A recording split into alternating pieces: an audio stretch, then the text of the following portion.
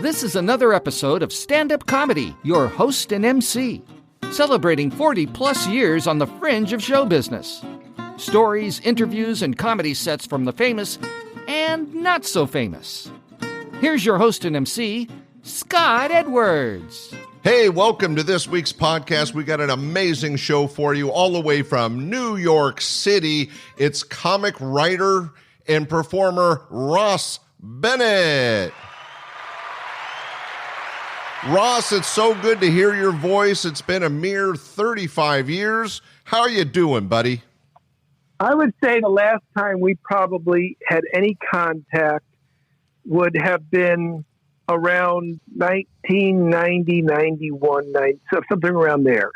Yeah, it's been a while, but what's great is we're both, I'm tickling my toes in the business, but you're still an active entertainer, and that's so impressive. Oh, thanks. I was just pulling out. Do you have your old booking calendars and stuff like that? Yes. In fact, I found some stuff from 85 and 86 with you coming in. Yeah. The first thing I have in my calendars was the week of March 25th, 1981. Wow. We had just opened in 1980. That was early on. Yeah. And it might have been, I might have had a gig in 1980, but my 1980 calendar it doesn't look like it kept good notes in it. I was drinking a bit. Yeah. It's been a bit. But I first came in when you had the original location in having to do with a hotel or a restaurant or something. Right. We were in the basement of the Delta Queen restaurant in Old Sacramento. That's right. Go ahead. Then you shifted over to that other place. And the Firehouse Alley location, which I considered the best and main room. And then after that, we moved up to Front Street. So we've had a few different locations, but all in Old Sacramento. You have a great memory, Ross. When I first came up, I was just on the phone with Bruce Smirnoff. Bruce literally, he said, "Tell Scott I send my love." That's what he said. And I've never heard Bruce say that about anybody. So whatever you guys got going on, that's none of my business. Well, Uncle Brucey and I have quite the history as well, and we had a chance to interview him on an earlier podcast. But he was telling me that. We haven't had a chance, Ross, to talk in a while. And I'd love to hear a little bit about your feelings on stand-up as an art form, how you got into it. I know that it was about 1977, 1978. Well, here's the thing. I was in college, and show business is sort of where I wanted to be, but my father, there was no way I wouldn't have known how to say it. Okay. And I graduated high school in 73, and I went to the University of Florida, and I was just lost there. And I ended up dropping out and enlisting in the Army in November of 73, literally 47 years ago this month right now. Right about now. And my time in the Army, one thing led to another, and I ended up being a cadet at West Point. Okay? You went to West Point. Now, that's not for slackers. That's the high end for the military. Yes, but I watched a documentary on PBS maybe 15 years ago on the history of West Point. And they actually said, of course, in the mid-'70s, our standards got a little bit lower. Did it say that? They actually said it because they had more difficulty getting people to go. And so, things like drugs and various other behavioral problems were a little more present there. Well, that was the end of the Vietnam era. We were all... yeah. I was actually in the draft for 2 years. You were able to avoid the draft by joining. I was not. It was not. I didn't have to worry about it. Okay. My year, they didn't even... People born in 54, they drew numbers, but they never went. People born in 55, they never drew numbers. Okay. And like within a year or two, the draft was, and then next year, I think they had eliminated it. But so, and while I was a year before I went to the academy, I was at the West Point Prep School in Fort Belvoir, Virginia, and they had a talent show. And that's the first time I did stand up. That would have been probably around April of 75. Okay. Yeah, but just being a West Point cadet and then also doing a little comedy, I mean, that's got to be a unique audience. I don't know. Even then, I never thought about that. All I ever thought about, Scott, and it's the same thing I thought about when I worked at your club, same thing I think thought about a week and a half ago when I did a show at a winery, okay? I just want to go up and kill, okay? Whether I succeed or not, that's my goal. And that's the way it was from the very first show I did. I went up and I wanted to get big laughs, and I was always swinging for the fences. Well, you've obviously had a lot of success to have had a career that spans that many decades. You cannot continue and last that long in this business without being funny. So what happens is, I resigned from the Academy in 1977, and I started to pursue this. I went to South Florida, and I went to theater school for a year. But then in March of 1978, I made the big break, went up to Chicago, and there was some showcase rooms, some workshops in the suburbs of Chicago. One was called the Comedy Room, one was called the Comedy Cottage. I was up there. 6 months later, I'm out in San Francisco doing the competition, the third competition in 1979. I got into the semis, and by January of 1979, I moved to LA. That's when I would have hooked up with you, because when the boom started to happen, Scott, my take on what we went through, okay, two things. Number one, my grandfather spent like a year and a half in vaudeville, okay? He was, and then he'd had enough, and he left. He actually he went in, got on 2 vaudeville tours, and he goes, "I'm done with that," and went back home. You're right.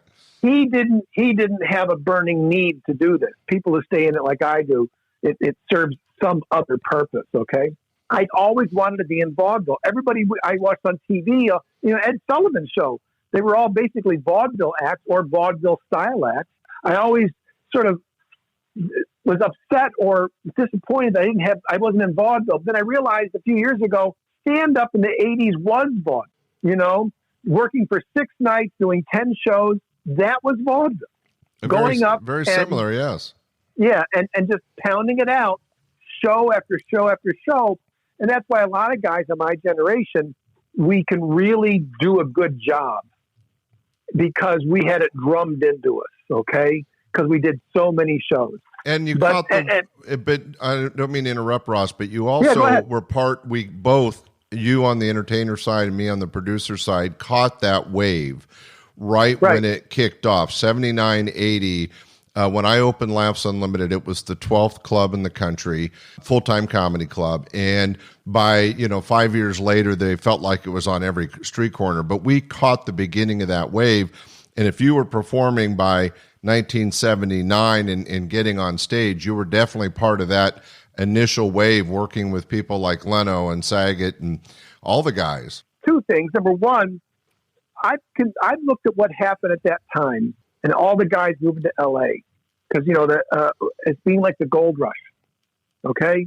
Because the gold rush, people around the country were hearing that there was gold in like 1849 out in California, and they just dropped everything to go out and try their luck at getting some of that gold. The same thing happened like in the mid to late 70s. There was like rumblings in this country that something was going on. And all these people, like myself and like Bob Saget, you can go through the whole list of the people who came out of that time. We all gravitated to either New York or Los Angeles, and that was our gold rush. I was just going to say, and you had the unique opportunity being an East Coast guy. You were working the Improv both in New York and in L.A. You were working clubs out of San Francisco. Go ahead. No, I wasn't. I was not a New York City act, okay? I had gone to Chicago. I did not go to New York City. From there, I went to San Francisco a little bit, then I was out in L.A.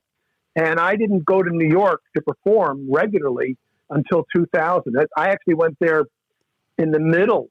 I actually went there 20 years. I came to this area 20 years ago to reinvigorate my career. I was still working. Right. But I thought your roots were from the East. So you started off as a West Coast comic, and then in 2000 switched over. I born and raised my younger years in a small town in Western New York State, nothing like Manhattan. I was in Florida for a number of years. But I was never a New York City guy. And I remember being in LA at the Comedy Store in around 1980 when these New York acts started to come out. And they were fully formed. Here I was trying to figure out how to do this shit.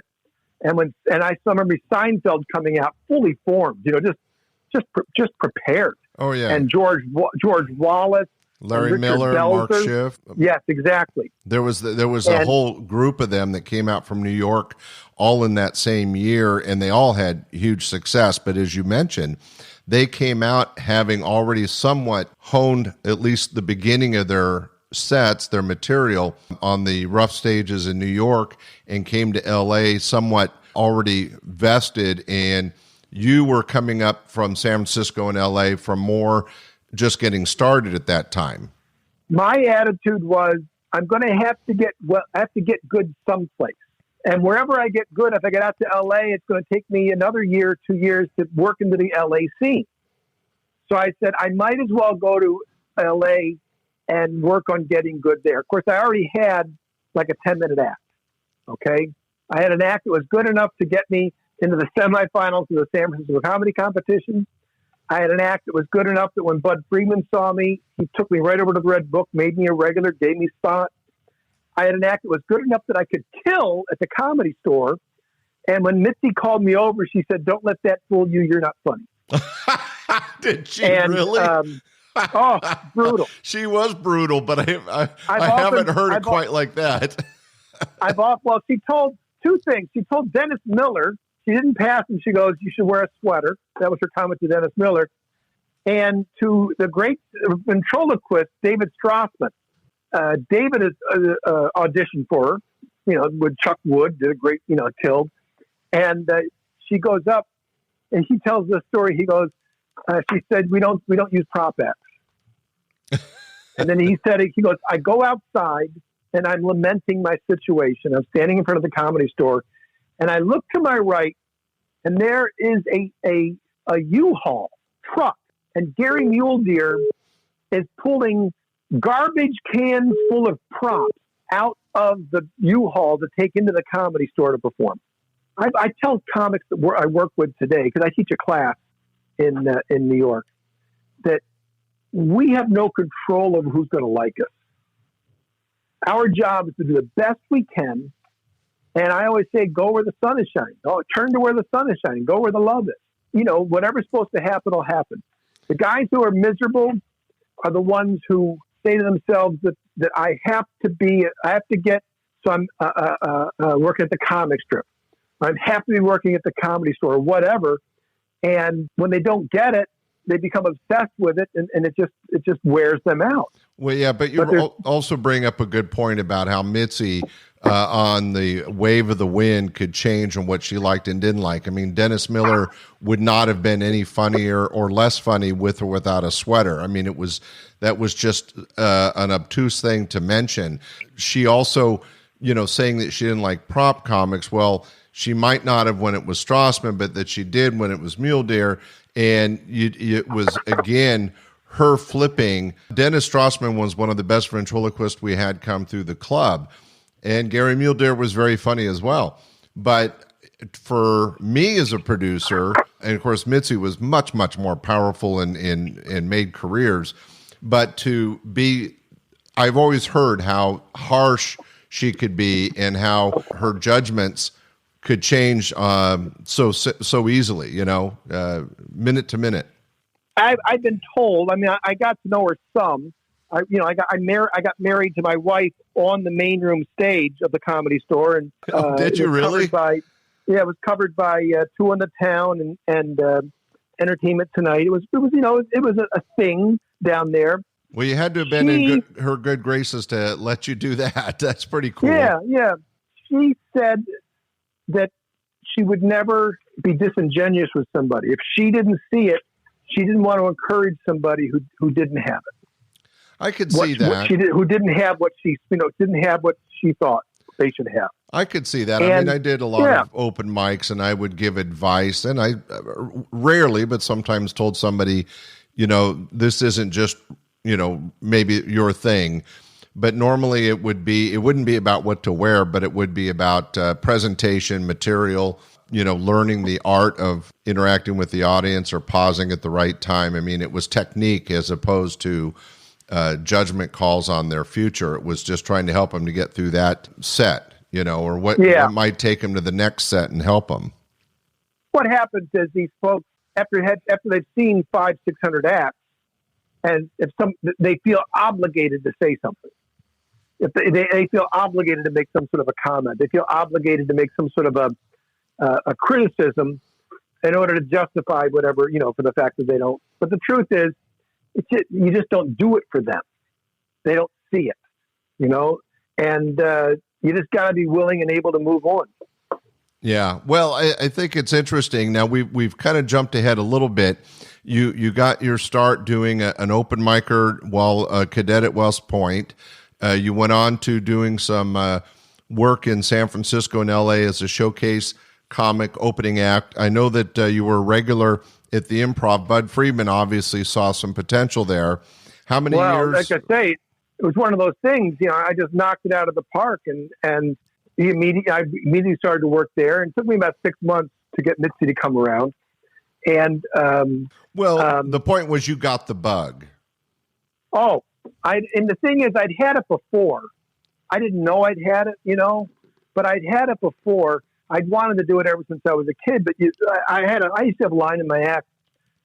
I didn't know how would I tell my father. My father was a Marine Corps lieutenant colonel. Oh my gosh, really? In the reserve. My joke always was he spent 28 years in the Marine Corps Reserve. If you spend 28 years in the Marine Corps Reserve, what that means is you want to be in the real Marine Corps, but your wife won't let you. Well, there's probably some truth to that. But having a Marine Corps colonel as a father had to be kind of a tough way to grow up, at least in the sense that he was probably thrilled to death when you went to West Point, but probably not so thrilled when you left to do comedy. I have said in the years since his death, he's been dead almost 30 years, that maybe I might have gone to the academy just because I knew it would crush his soul when I left. Okay. That's so bad, but true, probably. He did live long enough to see me do what I do and do it well. Well, that's good. He lived long enough to see me make a living at this thing. Good. And that was cool. Yeah, well, our relationship with our fathers is always interesting. We're always trying to get approval, and a lot of us go about it the wrong way. My dad was a traveling salesman, and my whole life has been sales one way or the other. I mean, even as a producer of comedy clubs, I was selling the clubs and selling myself as the MC and selling the shows each and every night. So there is some we learn from our parentage and right. Take that forward. But it sounds like, well, I know that you had a lot of success. Now, after coming out to L.A., do you remember did you showcase for me, or did I see you down in L.A.? Because I was going down regularly. I'm fairly certain that somebody recommended me. Okay. And I went up and I went up as an opening act, and I was always, I told Bruce this earlier, when the club started to open in 79, and I saw that, openers got $150 or $200, and middles got $300 or $400, and headliners got $1,200 and up. I said, so I immediately set my sights on being a comedy club headliner. And within 2 years, I was a comedy club headliner. Yeah. And at this point in my life, I wish I had set my sights higher. Because once I had achieved that goal, I didn't have, management is really people who see a massive future for you, or the potential of a massive future. And I didn't have a person like that, okay? I was my own manager, if you will. And the only goal I knew how to set for myself was being a comedy club headliner. Well, and I did that. And you succeeded, though, in getting some TV as well. I know you were on Evening at the Improv about 4 times, and I know you did a number of other talk shows and comedy showcases. I mean, there was some exposure nationally to your entertainment. I've done okay, and I did get to do Letterman.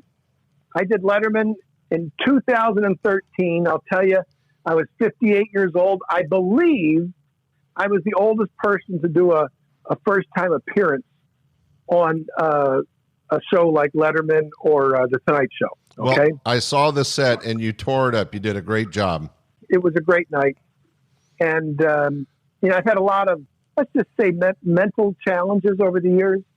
And I was talking to Bruce earlier. I was talking to Bruce that any limitations I've had in my career are things that I put on myself. I didn't know I was putting it on myself, but I put it on myself. And when I look at someone like Seinfeld and Leno, these are guys who had no limits that they placed on themselves. There was no lid like, oh, I should only be able to make $50,000 a year or only $100,000. These guys looked at anything was possible, and I admire them for that. I really do. They were wonderful. It is how you prepare and the goals you set. Now, I remember vaguely, and I mentioned this in an email to you, and you didn't respond, so maybe you will on the podcast. You were trying to invigorate or have some fun with your comedy writing and your set, and I remember you coming in as Eddie Strange. Well, what happened was my wife, she passed away in 1986. Oh my gosh, she had to have been so young. I'm sorry to hear that. This is the one you got married to. This is the one you married on the Comedy Store stage. So getting married on the Comedy Store stage is a amazing opportunity and thing to have in your history. It was fun. But to lose your wife, a couple of years later it had to have been. Well, you're going to hate me telling you this, but I feel compelled to do it. In what would be May of 86, I was scheduled to be at your club like the first week of June or the last week of May. And as Jan was getting sicker and sicker, I called up you and I had to cancel the gig. And you were not happy. and I told you, I said, Scott, I got to cancel this. My wife is sick. And you were not, and you know, okay, there's a lot of problems for me. And then the last thing you said was, all right, buddy, you owe me one. Nice and sympathetic. Well, I'm sure I wasn't aware of how sick she was. I'm so sorry that Jan passed. And I know.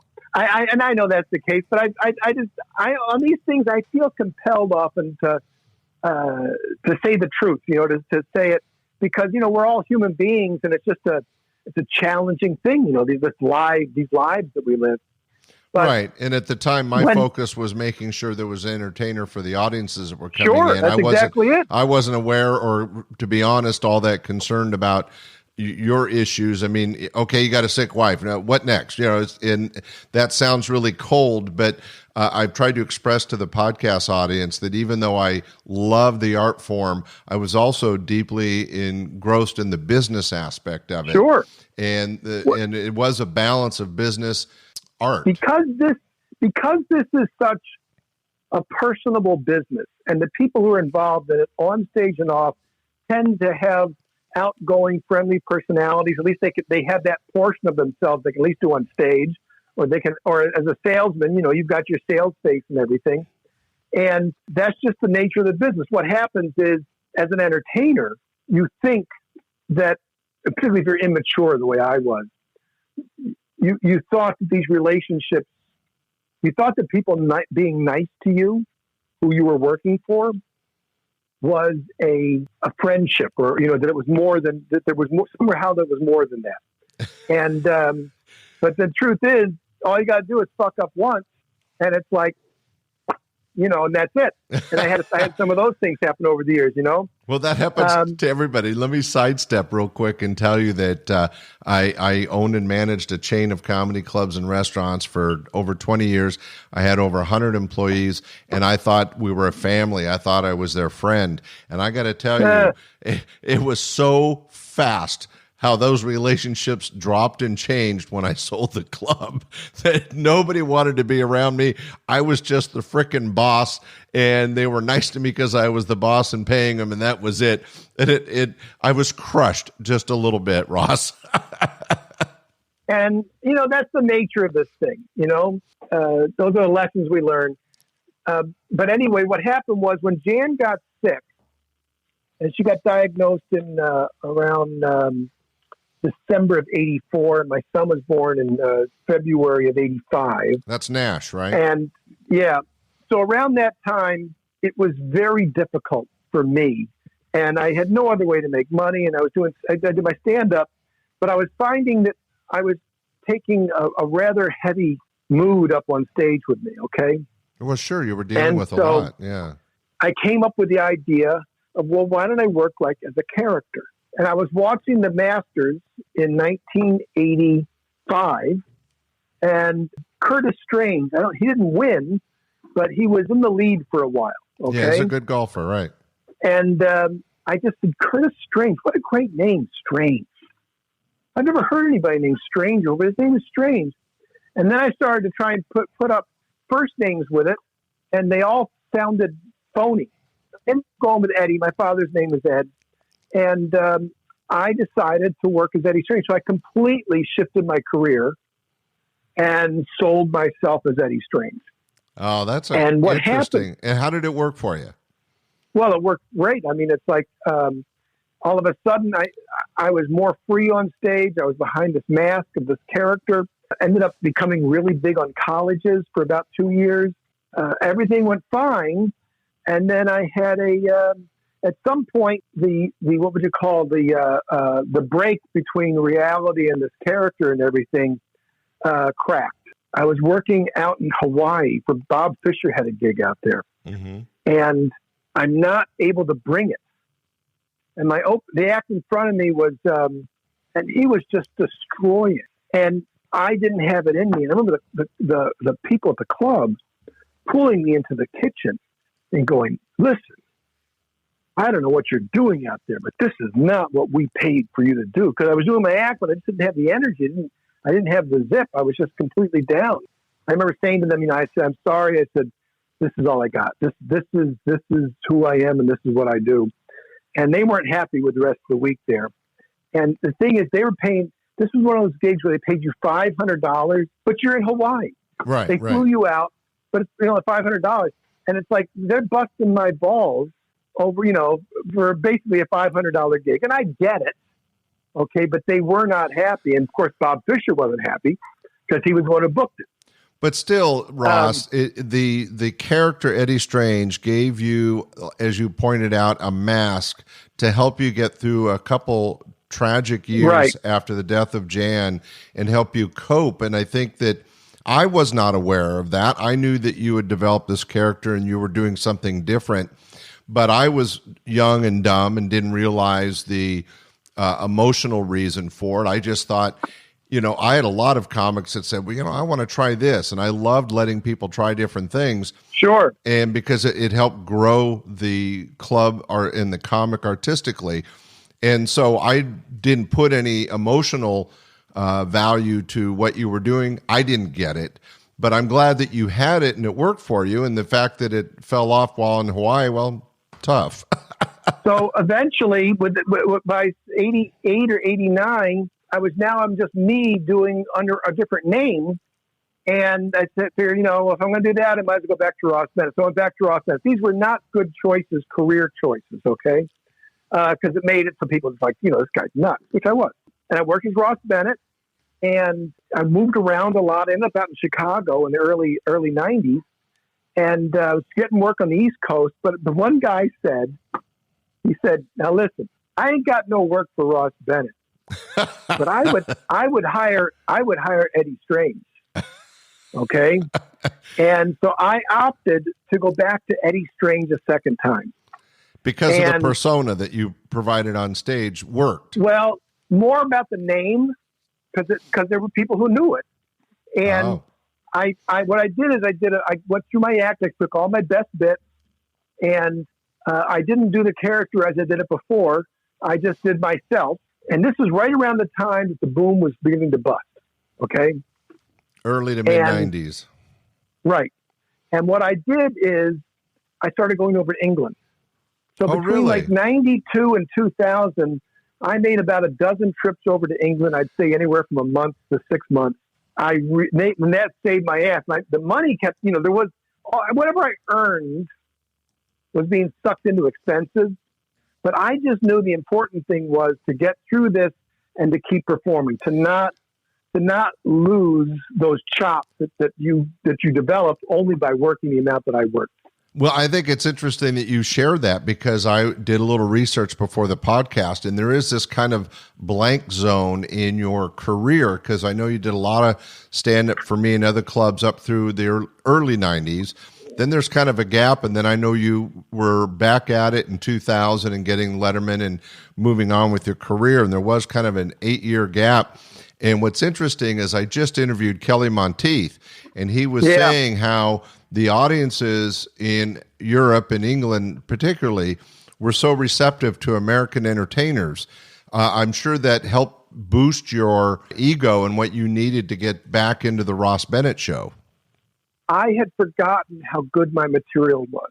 Frankly, a lot of the club audience that we had started to dumb down in the States. Okay. That's true.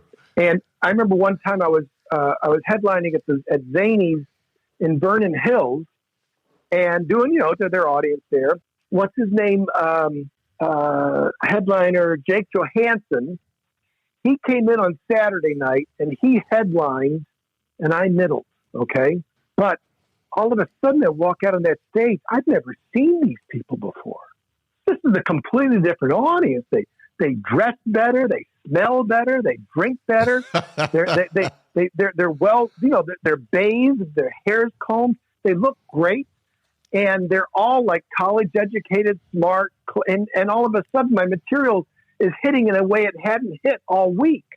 The kind of audiences, the club audiences that I would be getting, for the most part, they weren't necessarily. I got my laughs. I did my show. I had my big finish. I always had a big finish. It just became rote. Okay. Right. I go over to England and the audiences fucking loved me, and they were they admired what I did. Well, and they talked about my material, and I had forgotten that my stuff was all really well crafted material.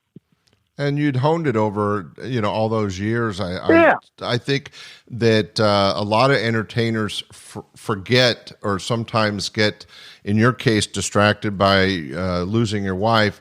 You lose some of that focus on what you were working on and building on. Eddie Strange was a bit of a vacation, and now you're back to finding the audience and finding your act the way it was. Now, do you have any particular memories of working Laughs Unlimited? Did you work with anybody extra fun? I'll say one thing. I'll just say in 2000 is when I moved to the New York City area, and I went back to Ross Bennett, and I've been there for 20 years, and I'm going to stay there. And so if anybody was interested in me, you look up Ross Bennett on Facebook or my website, rossbennett.com. You'll find out all about me. Okay, there you go. We can book Ross Bennett today. That's right. Laughs Unlimited, one of the best memories I had, I'd become a headliner. I was headlining up there, and Kevin Meaney was the middle act. And he was just so delightful. Oh, great He was guy. just so delightful. He had not achieved his level of celebrity yet, but he was just playful and fun and funny material. I remember two jokes of his. One of them was about his father not having a map in the car. He had a globe. Okay. Okay. And the other one was about how kids are always going in the backyard, digging a hole to China. They always say, go dig a hole to China. And he goes, I burned my hands on the mantle. Trying to get to China. Kevin Meaney was a strange guy, but very funny. Came from his writing and his material from a different direction. Very San Francisco, very unique. Yeah, he was. Andy Kindler was the same. There was a few guys that came from that batch. A lot of San Francisco comics, they were all very unique. A lot of them very odd, and a lot of them couldn't work outside of San Francisco. They couldn't. It was just too big a challenge. Yeah, you needed some mainstream kind of vanilla. I hate to put it that way, but you had to. I always took pride in the fact when I lived in L.A. and I started going out and working in the Punchline in Atlanta, your club, Dallas, the Comedy Spot, Comedy Works in Denver. I always took pride that I could play around the country. I was not a regional act. I could do a good job every place. And at that time, the only place I couldn't do a good job was the East Coast, the Northeast. It was intimidating to me. And so when I moved to this area in 2000, I've been working for 20 years. I've worked for 22, 23 years. And that was my last hurdle, was I wanted to get so I could knock it out of the park at the comic strip, Well, and I did. And I ended up working at the Comedy Cellar for 7 years. And I got so I could really pound out a set in Manhattan. And that's what got me the Letterman show. Well, that's cool, and I want to hear about New York. But before we leave Laughs Unlimited, I got to share with you one story to tell me. I need you to tell me if it's true or not. My partner, Bob Stobener, was picking up a headliner, and this is real early on in the early 80s, and he said he got to the condo, which I think was the apartment at Governor Square, and he said he walked in, and Ross Bennett was lying spread eagle on the floor naked, vegging, and both Bob and the headliner just kind of looked at you, stepped over you, and went back to the room. I mean, there was no interaction. It was, he said it was the most bizarre thing. Now, do you remember that? Was that you? It would. First off, I would not have been naked. He was, whatever it was he was, what would you call it? He was embellishing the story, or he had a creative memory.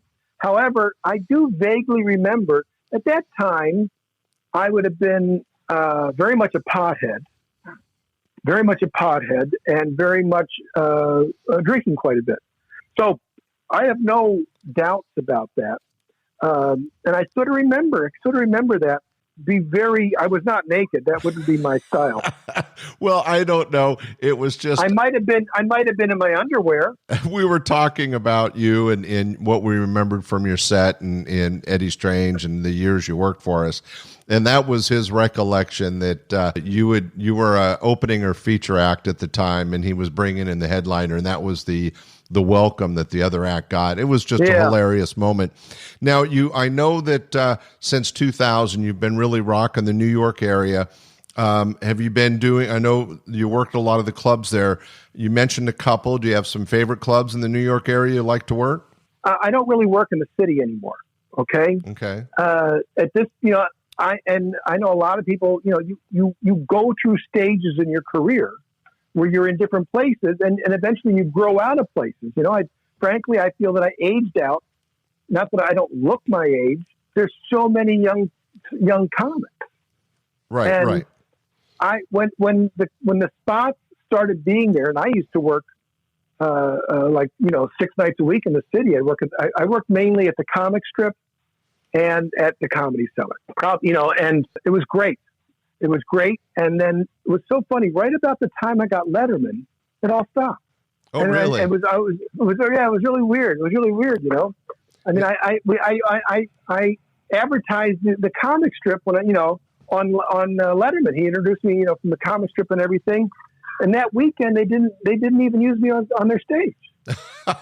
And geez. What a missed I never opportunity. Understood, and there were people I know who were there because they had seen the show. It always just kind of, but that's just them, Yeah. And I'm really not. Well, I picked up. I'm so grateful for what I got out of these clubs because it raised my game. I always looked at New York as being like a gym. Okay, it's a big gym, and each of the clubs was like a different machine that somehow exercised a different comedy muscle. Okay, interesting. And good analogy. So I was very fortunate. I worked at all of them, some more than others. And then, but around 2003, I started getting some cruise work. And I did cruises off and on. I think I did 2.5 years total weeks. So like 150 weeks or 120 weeks. That's a career right there. From 2003 until 2007, until the beginning of 2017. Okay. Wow. That's good work. And that was good work for good. It was the best money a guy who's not a star can make other than corporate work, Now, what about... And a lot of comics... Huh? I was just going to say, I did a little bit of research, and I know that you were teaching a little bit, teaching some writing skills. Well, what it is I work at a place, Manhattan Comedy School. Wait a minute. Say that again. The Manhattan Comedy School? Yeah, Manhattan Comedy School. It's right, that's their website and everything. Wow. And... Didn't know it existed. I started teaching in 2017. It's a 6-week course that I teach. I teach about 5 or 6 cycles a year. I've had great success with it. My students and I really connect. We needed to shift to online. I never thought I could never see doing it online. Okay. My online class is just booming. Okay. I've developed techniques to do with my class online that are extremely, extremely effective. And wow. That's my, congratulations. It's called Comedy Writing Boot Camp. And then I started a second class, which is all about how to perform stand-up comedy on Zoom comedy shows. Well, that's interesting. Because that's one of the things I wanted to dig into was, were you trying to teach technique in being a comic? Because there's really there's 2 things you need to perform live, which is the techniques, how to hold a mic, how to interact with the audience, where to stand, what to look, and timing. Timing is so important. But then there's the writing side, and the writing side does have to come from the person, but somebody like you is able to teach the techniques to help you find your writing. What I do in my writing class is, I got a number, I have lectures each week. One of the lines I use is, we write jokes, but we create material. Okay? Good word. And the creation of material is because what we do as stand-ups, writing a joke is just the beginning. And then there's the honing that goes on, and it goes back and forth between performing and editing, going back and forth. And so I drive that into their noggins, and then I'm having them perform every week. So when I first took the class over, it was all about sitting around a table and writing. And I lasted and it's like, that's not going to happen. It's just boring. It was just horrible. And it was just painful for all of us. And I started to put in a graduation show, not to the public, but for each other. I just had them do their material. We did it the last week. And then I had them stand up. Afterwards, we do like a little round robin, and I tell them how they did for the week. And I remember I gave one guy, I said, that joke, try doing it this way. And he stood up, and I said, try, take that word off, try it again. And all of a sudden, the joke got right. Okay, it got correct. And it just exploded in the room. Everybody felt it. And after the class, this guy said, he goes, I enjoyed your class. It was fine. But I'll tell you right now, if what you did with me for those 3 minutes is what the whole class was about, I would take it again tomorrow. And he saw the value, yeah. Just completely restructured the class. It's about writing and performance. And the Zoom performance class is, I watched a Zoom show, and I was shocked that good comics looked so weak. They weren't well lit. The backgrounds were horrible. They had lights behind them that were destroying the exposure, and they were standing up. They were doing all these things that just made it so their performance was just tedious and uninteresting. And then one person, Ophira Eisenberg, went up, and she just exploded. It was like everybody else is in 2D, and she's in 3D Technicolor. And I said, I need a class specifically about this. Well, you caught on to something that was really needed. Now, right. It's the Manhattan School of Comedy, because what's nice about being online is you don't have to be in Manhattan to take it, right? Hold on. Oh, yeah, but it's the Manhattan Comedy School. Manhattan Comedy School. I just wanted to get the plug correct. So if anybody listening to this wanted to take your course and learn about comedy writing and performance, they can sign up the next session that you do. They need to have some experience. Okay, I don't have people who, but the first class, if they have no experience, is with Karen Berggreen, wonderful comic, and she handholds them and gets them so they have an act. Okay, so when they come to me, if they haven't done anything else at her class, at least they have an act they can start working from. You're like phase 2. You're like, I would say that. You've got a kernel of information now. Let's blossom it into an act. And the performance class, which I'm going to do the next one for that one, it starts in mid-January, is all about how do because I go on the assumption, Scott, the way the world is right now, it's always going to be like this. Okay. And I'm not going to wait until things get back to normal and then put my life on hold or my career on hold until then. Right. So I decided I'm going to assume that this is the way it is, and I want to look as good as I can when I perform on these shows. Okay? Well, you're adapting, and that's those that adapt are the ones that succeed. I mean, that's been proven over and over in history. If you don't adapt, you die. You go extinct. The other great thing about these performances that we do on these Zoom shows is it's a combination of stand-up and broadcast. Okay, I can because see you're that. playing to a camera, right? And I'm telling my students that so many of the skills that we hone performing on in front of the camera on these Zoom shows will transfer over to broadcasting work, because some of the best jobs for comics have been broadcasting. You know, you segue into a talk show, or you get yourself so you're doing a bit on the Daily Show, you know, like Louis Black did, you know. And or it's all about interacting. Right. Well, the sitcom isn't broadcast. I know, but I was just saying that what you're teaching can open up a lot of doors. Right. But specifically, sitcoms is about acting in front of the camera. Okay. The Zoom shows is really about more broadcasting. It's about performing stand-up directly to the camera lens. I think it's impressive that you've been able to adapt and grow. And, you know, it's interesting as we listen to this podcast, Ross, is that you've transformed yourself through your career, much like a person's life. As things happen and change with age and time, you've been able to adapt and adjust. And in some cases, what life threw at you forced you into unique situations. But you found a way to stay true to yourself and to the art form. And here you are in your 60s, still involved in stand-up comedy. And I think that's something that you should be really proud of, and I think your dad would be proud of. The two things, number one, thanks for all that, is that, you know, I've been clean and sober for 33 years. It just taught me that it's like one day at a time. I got today. What am I going to do with my life today? Okay. I became willing to adapt a long, long time ago. And, you know, the other great thing is I have many irons in the fire. I get stand-up. The gigs I get are like really well-paying gigs, which are the kind of gigs that you have if you have an act that can go up and, you know, get a standing ovation in front of 700 people. Yeah, good, you clean act corporate like that, act. That's exactly it. Corporate work and is so valuable.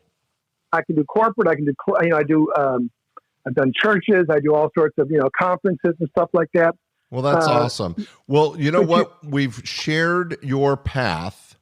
And what I'd like to do now is share some of your comedy. So, Ross, before I throw into a comedy set of yours, I've got a nice 4-minute set lined up to let people hear what you were like on stage. This is an older set, so I know you've gone through a lot of transformations. I was just going to say, as somebody that's now teaching about comedy, you've had these 40 years of experience as a stand-up comic and, like me, somebody that appreciates and loves the art form. Before we end this podcast and pass it off to a comedy set, is there anything you'd like to share to our listeners about stand-up comedy and what it's meant to you? I will say that it probably saved my life, okay, because it gave a guy who was sort of lost, didn't know what he wanted to do, something that to aspire to and to become good at and to make a living with, you know? I'll tell you one thing is it keeps you young. It keeps, you know, I love the creative process. I've been able, you know, there's one guy, I'll tell you one thing.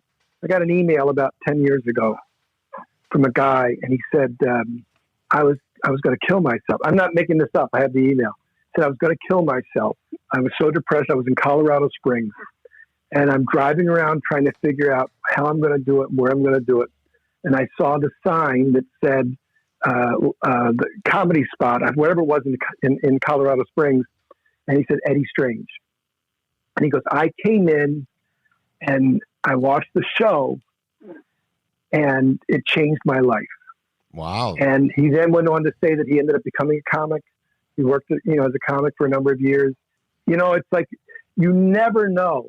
One reason I always go up and I always do the best show I can is that you never know who's watching you and what impact you can have on people. Well, that's a great story, Ross. Thanks for sharing that. And it's so true that what we do in our lives, but also on stage entertaining people, can have an effect far-reaching than we realize. And that's a great way to end this. Thanks so much for joining me on the podcast today and sharing some of your story. Ladies and gentlemen, be sure to check out the Manhattan School of Comedy. Did I get that right? No, the Manhattan Comedy School. They'll find it. And look for Ross Bennett and his classes. You guys, thanks for listening. But Ross, thanks so much for sharing your time.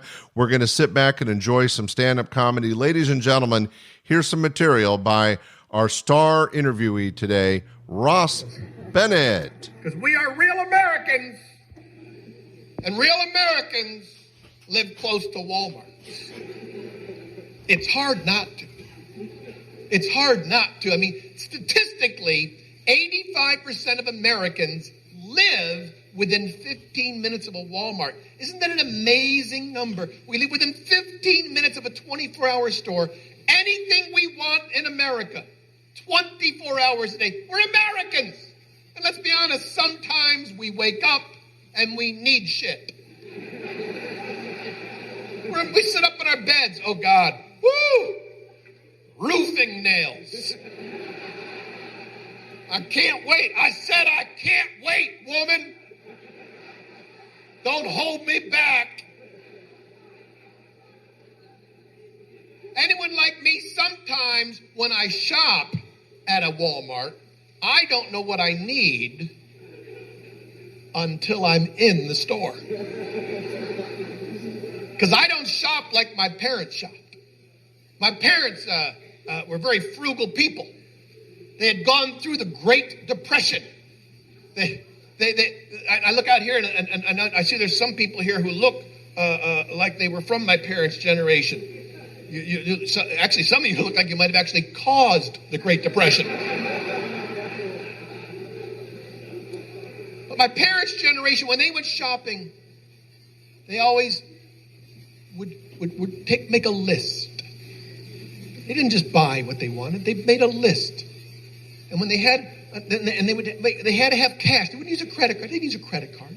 They saved their money. When they had enough money, they'd take the money and the list to the store, and they would only purchase what was on the list. See, when I go shopping, a little different. When I go shopping, I don't have a list. I have an hour. I grab a cart. Let's see what happens. Next thing I'm in the checkout line, I look in my cart. It's like coming to out of an alcoholic blackout. I don't know what the hell I was thinking of. Woo! Got like a 6-pack of bacon-flavored Maalox, tube socks, weed whackers. I got stuff I don't need. I got a nursing bra and a canoe.